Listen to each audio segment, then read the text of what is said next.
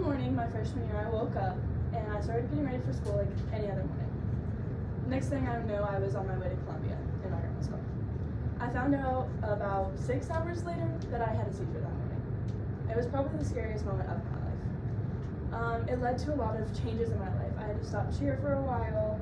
I had to start taking medicine. A lot of things changed. It was very sudden, very unexpected.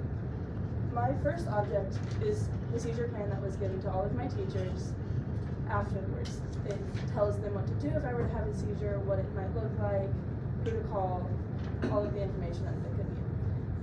This plan really helps me have peace of mind because having seizures for me, it's like I think about it daily. It could always happen. So while that thought is scary, it's at least somewhat comforting to know that my teachers at least know what to do in that situation. But even in the beginning, like having seizures took so much away from me. I was missing school all the time because the medicine that they put me on made me super sick.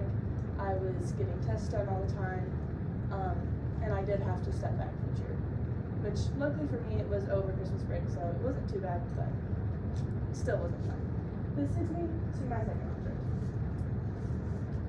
My cheer shoes, which are a little dirty. My cheer shoes, I use them probably almost every day. I wear them for practice, for games, when I'm tumbling. We have to keep them clean for basketball season and competition, which takes a lot because you can't wear them outside. And it's just, I use them all the time. And one thing that like I learned from cheer is that I can't take it for granted because any moment I could have to step back. And it's kind of scary. And I would be really, really bad, but it's okay. One thing that like I do take from my seizures when I'm cheering them is that when we stunt and we put people in the air, if they come down, you have to catch them. You have to protect their head and neck, which is specifically what I do as a bounce squad. I protect their head and neck, so that also helps me a little bit with them because if I can't help myself, at least I can help them. And this leads me to my third object, which is stethoscope.